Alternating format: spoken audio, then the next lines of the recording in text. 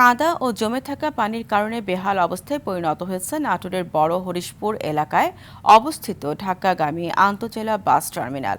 সামান্য বৃষ্টিতেই টার্মিনালের অধিকাংশ এলাকা পানিতে তলিয়ে যাওয়ায় দুর্ভোগ পোহাতে হচ্ছে যাত্রীসহ বাস চালকদের।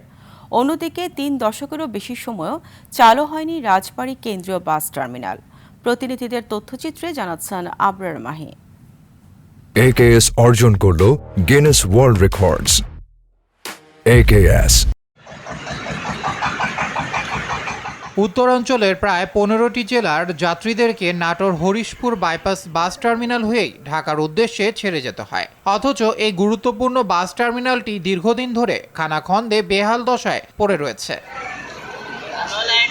ভুক্তভোগীদের অভিযোগ, টার্মিনাল নির্মাণের সময় পানি নিষ্কাশনের জন্য ড্রেনেজ ব্যবস্থা রাখা হলেও সময়ের সঙ্গে সঙ্গে অব্যবস্থাপনা, প্রভাবশালীদের দখলদারিত্বে পানি নিষ্কাশনের পথ বন্ধ হয়ে গেছে। জন্য গাড়ির ভিতরে ঢুকানো যায় না, রাস্তাঘাট খুব ভাঙাচুরে। দায়িত্বরত যারা আছে তারা অবশ্যই যেন এটা দেখে এবং এটার থেকে খুব দ্রুত যেন আমরা পরিত্রাণ পেতে পারি। ইতোমধ্যে বাস টার্মিনালের উন্নয়ন কাজের জন্য একটি প্রকল্প হাতে নেওয়া হয়েছে বলে জানান নাটোর পৌর প্রশাসক। ইতিমধ্যে 8,35,00,000 টাকার একটি প্রজেক্ট আমরা নিয়েছি এবং আগামী 1 মাসের মধ্যে টেন্ডার শেষে আমরা আশা করি কাজ শুরু করতে পারবো।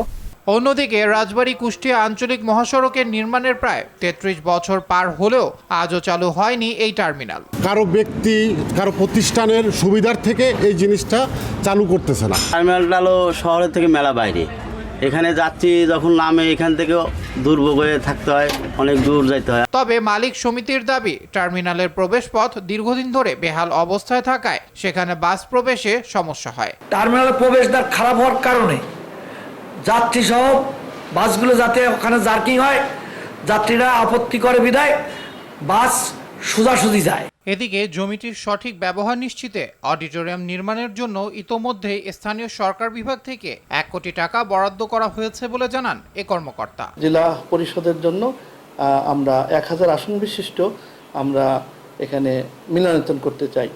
এই মিলনায়তন করার জন্য সরকার ইতিমধ্যেই 1 কোটি টাকা আমাদেরকে বরাদ্দ দিয়েছে। আবরার মাহি, RTV।